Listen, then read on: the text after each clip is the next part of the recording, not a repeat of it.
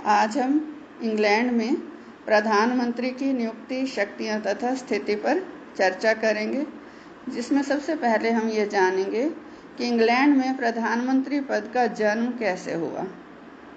England में सैद्धांतिक रूप से जो शासन संबंधी समस्त शक्तियां हैं वो सम्राट के पास हैं, लेकिन व्यवहारिक रूप से ब्रिटिश संवैधानिक प्रणाली का जो सबसे शक्तिशाली और सबसे प्रभावशाली अधिकारी है वो है प्रधानमंत्री। शासन का कोई भी ऐसा क्षेत्र नहीं है जो प्रधानमंत्री के प्रभाव और नियंत्रण से मुक्त हो।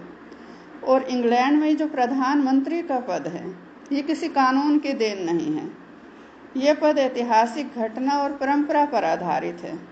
इंग्लैंड में इस पद की जो शुरुआत है आंशिक रूप से 1721 में हुई थी। हम पिछले चैप्टर में भी चर्चा कर चुके हैं कि 1714 में जॉर्ज प्रथम इंग्लैंड के राज सिंहासन पर विराजमान हुए थे और वो जर्मनी से थे, तो ऐसे में उनको अंग्रेजी भाषा नहीं आती थी, ब्रिटिश रीति रिवाज जो थे उनसे भी वो परिचित नहीं थे, शासन संबंधी परंपराओं का उनको ज्ञान नहीं था, उनकी आयु भी अधिक थी। तो ऐसे में उन्होंने अंग्रेजी भाषा सीखने का कोई प्रयास नहीं किया और अंग्रेजी भाषा की अज्ञानता के कारण ही उन्होंने मंत्रिमंडल की बैठकों में जाना बंद कर दिया और जो बैठकों की अध्यक्षता करने का काम था वो रॉबर्ट वालपोल नामक एक वरिष्ठ मंत्री को सौंप दिया। ये रॉबर्ट वालपोल ही इंग्लैंड के प्रथम प्रधानमंत्री माने गए हैं। जॉर्ज प्रथम के बाद जॉर्ज द्वितीय राज सिंहासन पर बैठा। उसके सामने भी सारी वही दिक्कतें थी जो उसके बड़े भाई के साथ थी। तो जॉर्ज द्वितीय ने भी मंत्रिमंडल की बैठकों की अध्यक्षता नहीं की और एक वरिष्ठ मंत्री के माध्यम से ये कार्य संचालित किया जाता रहा और ये वरिष्ठ मंत्री ही प्रधानमंत्री के रूप में जाना जाने लगा। अब हम इसमें जानेंगे कि प्रधानमंत्री के पद को कानूनी मान्यता कब प्राप्त हुई। प्रधानमंत्री के पद का आरंभ बेशक से 1721 से ही माना गया है, लेकिन 1868 तक इस पद को किसी भी प्रकार की कोई कानूनी मान्यता प्राप्त नहीं थी। किसी कानूनी प्रलेख में इसका वर्णन नहीं हुआ। 1878 में लॉर्ड बेंकसफील्ड ने बर्लिन की संधि पर हस्ताक्षर किए थे जब, तो उस समय उनके नाम के साथ पहली बार प्रधानमंत्री शब्द का प्रयोग किया गया था।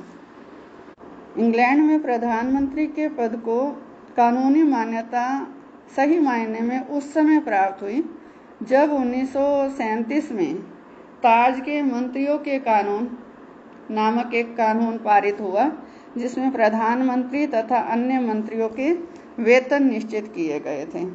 अब हम इसमें जानेंगे कि प्रधानमंत्री की नियुक्ति इंग्लैंड में कैसे होती है। वर्तमान समय में एक स्थापित परंपरा के अनुसार प्रधानमंत्री के पद पर सम्राट द्वारा उस व्यक्ति को नियुक्त किया जाता है जिसे कॉमन सदन में बहुमत प्राप्त दल का समर्थन प्राप्त हो। कॉमन सदन में बहुमत प्राप्त दल, इंग्लैंड में 2 राजनीतिक दल हैं। जब कॉमन सदन के चुनाव होते हैं तो उस समय जिस राजनीतिक दल को बहुमत प्राप्त होता है वो राजनीतिक दल अपना नेता चुनता है और उसी बहुमत प्राप्त दल के नेता को ही प्रधानमंत्री पद पर सम्राट द्वारा नियुक्त किया जाता है और जो दूसरा राजनीतिक दल है जो बहुमत से पीछे रह जाता है उस दल के नेता को विरोधी दल के नेता के रूप में कार्य करना होता है। वर्तमान में इंग्लैंड में यह भी एक परंपरा है कि जो प्रधानमंत्री है वो कॉमन सदन का सदस्य होना चाहिए।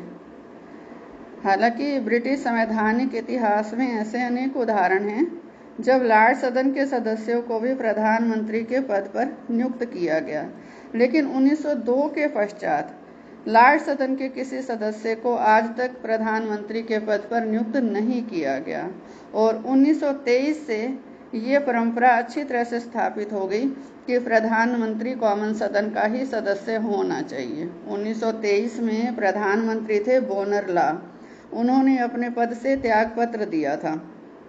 तो उसके बाद प्रधानमंत्री पद के 2 दावेदार थे, लॉर्ड कर्जन जो कि लॉर्ड सदन के सदस्य थे और बाल्डविन जो कि कॉमन सदन के सदस्य थे।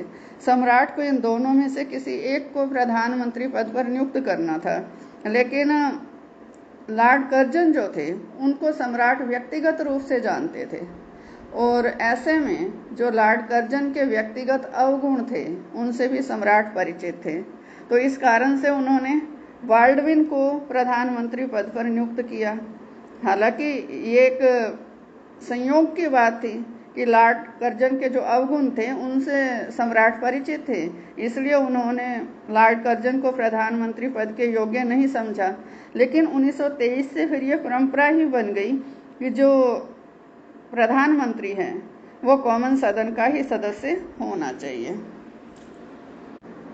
नेक्स्ट है इसमें प्रधानमंत्री की शक्तियां तथा कार्य। इसमें फर्स्ट आ जाता है मंत्रिमंडल का निर्माण।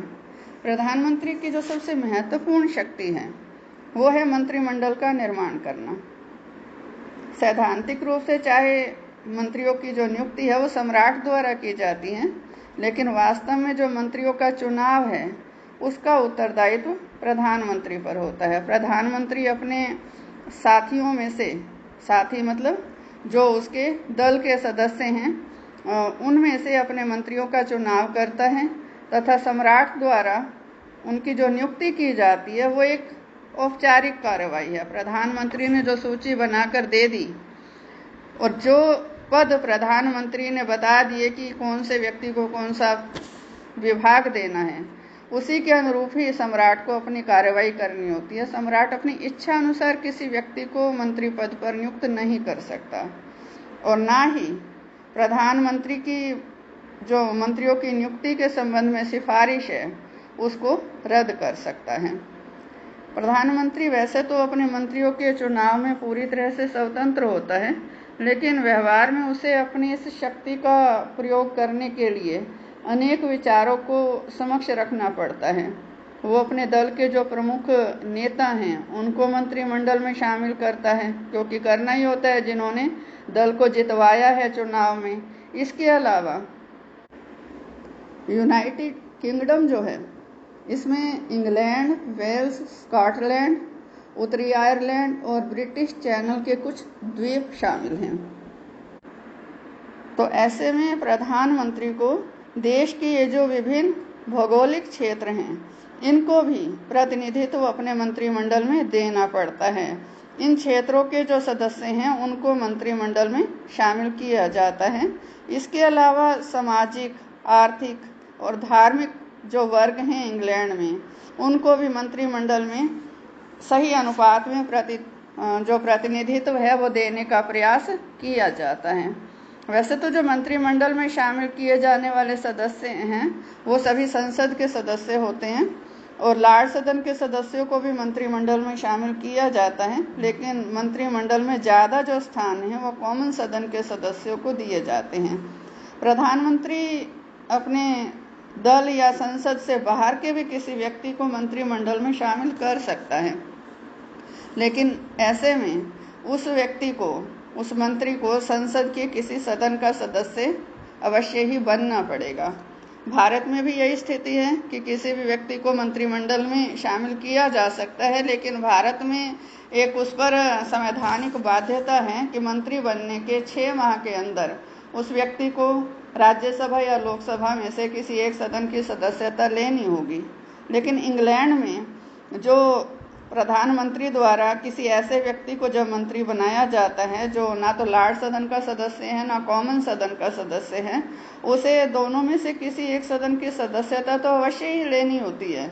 लेकिन इंग्लैंड में समय सीमा निर्धारित नहीं है कि कितने समय के अंदर उस व्यक्ति को लॉर्ड सदन या कॉमन सदन में से किसी एक सदन की सदस्यता प्राप्त करनी अनिवार्य होगी। बाकी की जो प्रधानमंत्री की शक्तियां हैं उन पर हम कल चर्चा करेंगे। धन्यवाद।